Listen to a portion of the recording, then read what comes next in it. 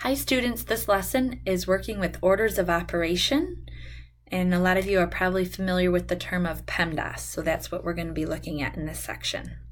So using orders of operation, what you're doing here is you're evaluating an expression involving more than one operation. In the process of orders of operation include starting with your grouping symbols. That could be parentheses or that could be brackets. Sometimes instead of the P, we think of that as a G for grouping. Then we're going to be evaluating the power, so looking at exponents. Then looking at multiplying and dividing, going from left to right. Notice left to right. And then lastly, adding and subtracting from left to right. So you'll see it as PEMDAS, parenthesis, exponent, multiplying, dividing, going left to right, adding and subtracting, going left to right. Sometimes, as I mentioned, that P you'll see as a G for grouping. So let's just get started with some examples here. So example number 1, you're going to evaluate the expression when x equals 3. Again, evaluate means to solve. So we are going to substitute 3 in for x into a and b here. So we have 4 times 3 squared minus 8. When we're thinking of PEMDAS, we do not have parentheses or grouping symbols, so we are going to leave that out, but we do have exponents. We have this 3 squared here, which means 3 times 3. So we're going to think of this as 4 times 9 minus 8. 4 times 9 is going to give me 28. 28 minus 8 is going to give me an answer of 20. Notice for this question, I wrote down all the steps and I circled my answer.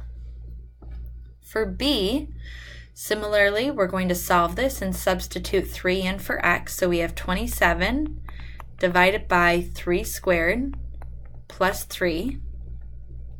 We do not have any grouping symbols, so we're going to start with exponents. We have 3 squared, 3 times 3 here. So 27 divided by 9 plus 3. 27 divided by 9 is going to give me 3. 3 plus 3 is going to give me an answer of 6. Moving on to example number 2, they want us to simplify the expression. So again, we're solving here using orders of operation. Here for A, we have addition and subtraction. Remember, when you have both addition and subtraction in the same, you're going to look at this moving from left to right. So we're going to start first with 32 minus 16 to get 16 plus 2 is going to give me an answer of 18. For B, we are going to divide 6 divided by 3 first to get 2. So that's 12 plus 2 minus 2. 12 plus 2 is 14 minus 2 is going to give me an answer of 12.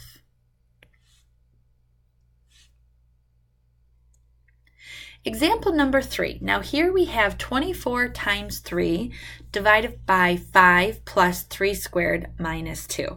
The way I would look at this is solving the numerator, solving the denominator, and then simplifying this down further. So 24 times 3, let's solve the top here first. That is going to give me 72. Now let's look at the denominator here using orders of operation. We first look at our exponent, that 3 squared. That's 3 times 3. So that's going to be 5 plus 9 minus 2. And we're going to add this going from left to right. So we have 5 plus 9 and then subtract 2, which is going to give us 12. So that's 72 divided by 12.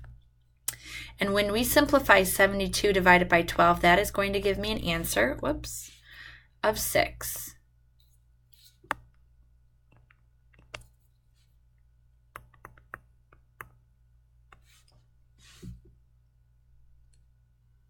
Last slide here, investigating grouping symbols. Now when you're working with expressions, using orders of operation, depending on where you put your parentheses, changes the answer of what you could get. So without grouping symbols, the expression of 3 times 4 squared plus 8 divided by 4 has a value of 50. You can insert grouping symbols to produce a different value. For example, if you did parentheses between 4 squared plus 8, that's going to give you an answer of 18. Because if you think about it, 3 times 4 squared plus 8 divided by 4, you're first going to do 14 squared. So you have 3 times 16 plus 8 divided by 4. Then you're going to multiply and divide going from left to right. So we're first going to multiply here 3 times 16 to get 48 plus 8. Divide that by 4. Well, 48 plus 8, actually we have to divide, I'm sorry. So you did 8 divided by 4, so that's 48 plus 8 divided by 4 is 2, and 48 plus 2 is going to give me 50. So that's how they got that value of 50 right there. Whereas if you look at this situation, 3 times the parentheses of 4 squared plus 8 divided by 4, you're going to take care of what's in the parentheses first. So that would be 16 plus 8.